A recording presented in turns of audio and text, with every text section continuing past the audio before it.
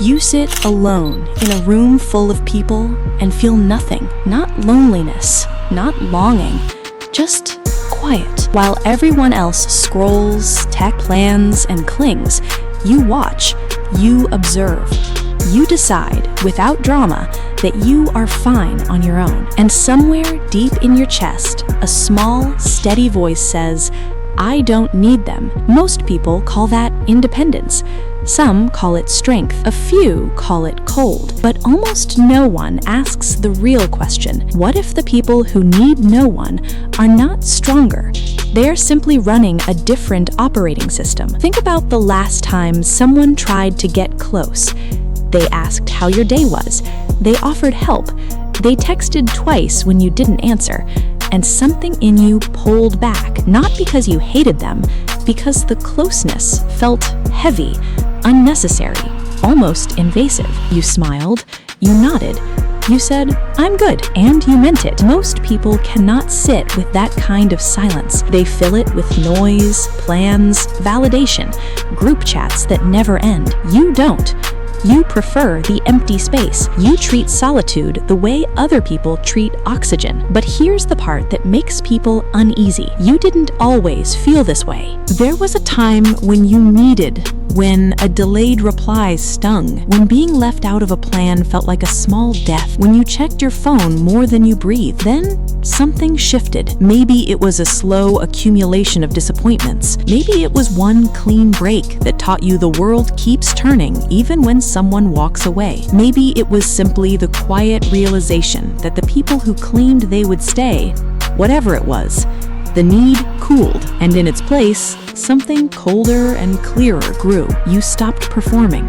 You stopped explaining. You stopped chasing the feeling of being chosen. And the strange thing is, life got lighter. Yet the world keeps insisting this is a problem. Friends say you're distant. Family says you should open up more. Dating apps fill with people who want deep connection, while you quietly wonder why connection always seems to demand so much of you. They treat your self-sufficiency like a wound that needs healing. But what if it isn't a wound? What if the people who need no one are not broken? They are simply finished negotiating with other people's emotional weather. Psychology has a name for the extreme version of this: avoidant attachment. But labels are lazy.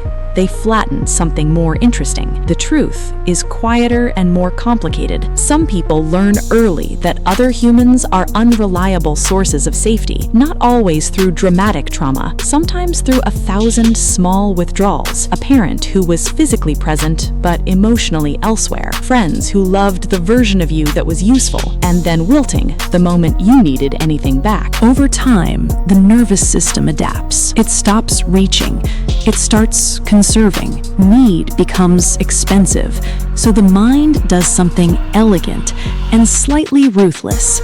It reduces the cost by reducing the appetite. You begin to prefer your own company the way some people prefer a locked door, not because the outside is evil, because the outside is unpredictable, and unpredictability burns energy you would rather spend elsewhere. Watch how these people move through the world. They can be warm, even charming. They can hold a conversation, show up when it matters, celebrate your wins. But there is a line. Cross it, and something cool settles behind their eyes. Not cruelty, just distance. A quiet, almost polite withdrawal that says, this is as far as I go. They rarely beg. They rarely explode. They simply leave the room, sometimes while still sitting in it. And the people who need a lot of connection find this terrifying, because dependence is a kind of glue. If you need someone, they can feel their own importance. If you don't need them, their role becomes optional, and optional is a hard pill for most human egos, so they pathologize you. They say you're emotionally unavailable. They say you're afraid of intimacy. They say you must have been hurt so badly you built walls. Sometimes they're right. Sometimes the walls were the only architecture that kept the roof from collapsing. But sometimes the story is simpler. Some people discover that the most reliable relationship they will ever have is the one with themselves. And once that relationship becomes solid, other people stop feeling like oxygen and start feeling like weather. Nice when it's good, manageable when it's not.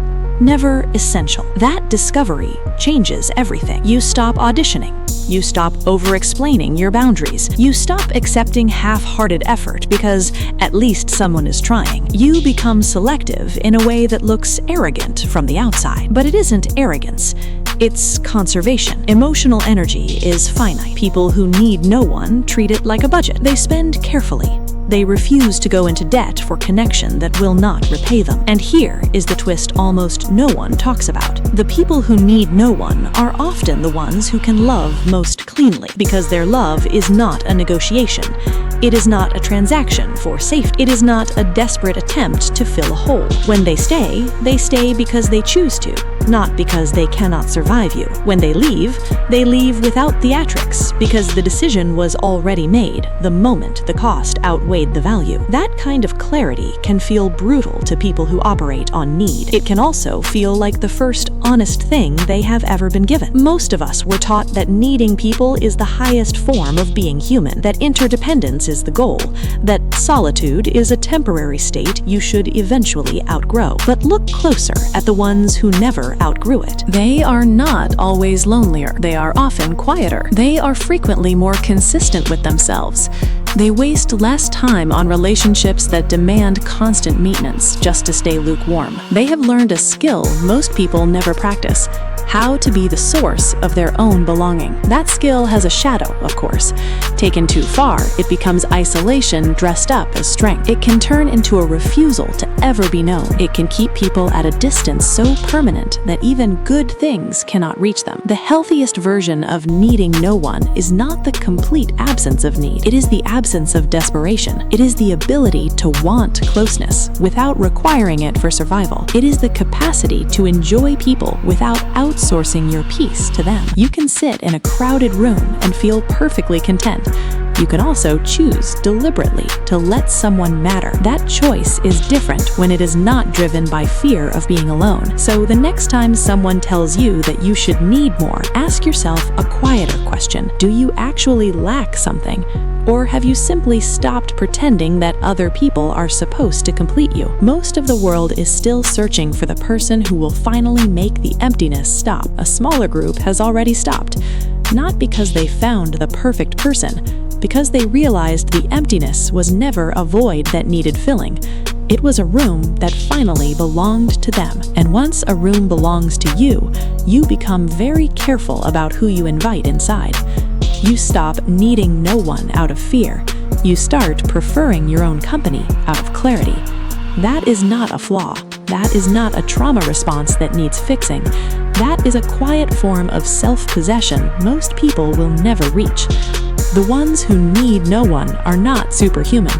They are simply finished begging the world to prove they exist. They already know, and that knowing is enough.